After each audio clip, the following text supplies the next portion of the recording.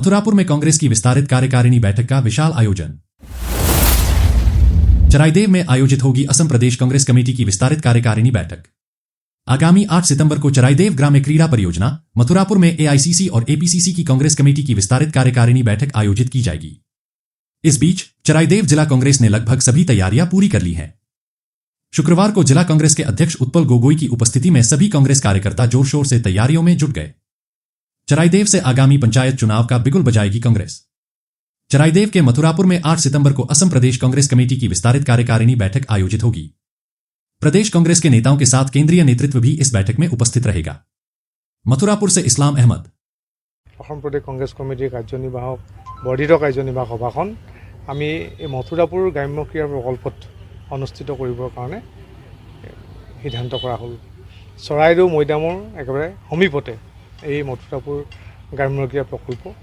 ইয়াত অসম প্ৰদেশ কংগ্ৰেছ কমিটিৰ বৰ্ধিত কাৰ্যনিৰ্বাহক অনুষ্ঠিত হ'ব অহা 8 তাৰিখে দেওবাৰে পুৱা 9 বজাৰ পৰা ৰেজিষ্ট্ৰেশ্যন প্ৰতিনিধিসকলৰ ৰেজিষ্ট্ৰেশ্যন আৰু তাৰ আগতে আমাৰ চৰাইদেউ মৈদামত সেৱা কৰি এই কাৰ্যনিৰ্বাহক সভালৈ আমাৰ কেন্দ্ৰীয় এআইচিচিৰ জেনেৰেল ছেক্ৰেটাৰী আমাৰ জিতেন্দ্ৰ সিং ডাঙৰীয়া, আপোনাৰ ছেক্ৰেটাৰী পৃথিৱী ৰাজ সাথে ডাঙৰীয়া আৰু ছেক্ৰেটাৰী জিতেন্দ্ৰ বাঘেল ডাঙৰীয়া, ৰজদিনা টিকি ডাঙৰীয়া ছেক্ৰেটাৰীকে প্ৰমুখ কৰি অসম প্ৰদেশ কংগ্ৰেছ কমিটিৰ সন্মানীয় সভাপতি ভূপেন বৰা ডাঙৰীয়া, আমাৰ 3জন MP গৌৰৱ গগৈ ডাঙৰীয়াকে প্ৰমুখ কৰি আৰু বাকী আমাৰ অসম প্ৰদেশ কংগ্ৰেছ কমিটিৰ উপসভাপতি, general secretary, invitee member, cells and ডিপাৰ্টমেণ্টৰ মুৰব্বীসকল, অধ্যক্ষসকল, সকলো সন্মানীয় সদস্যসকল ইয়ালৈ কিমানজন আশা কৰা হৈছে? আমি ইয়াত আমাৰ টোটেল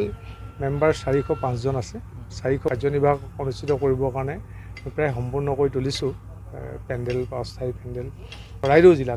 চৰাইদেউ জিলাত অহাৰ কাৰণে আমি জিলা কংগ্ৰেছ কমিটিৰ তৰফৰ পৰা অসম প্ৰদেশ কংগ্ৰেছ কমিটিক আমি উষ্ম আদৰণি জনাইছোঁ। তেখেতলোকৰ এই যি মনৰ চিন্তা যে চৰাইদেউ মৈদামৰ ওচৰত বা চৰাইদেউ জিলাত কাৰ্যনিৰ্বাহক অনুষ্ঠিত কৰি আমাৰ দেশলৈ এক তেওঁলোকে বাৰ্তা প্ৰেৰণ কৰিব বিচাৰিছে।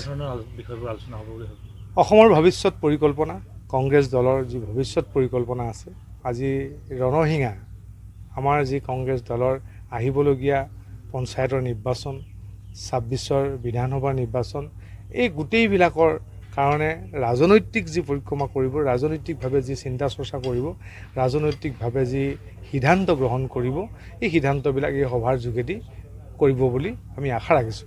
আৰু ভৱিষ্যতে 26ত আমাৰ চৰকাৰ অহাটো প্ৰায় নিশ্চিত।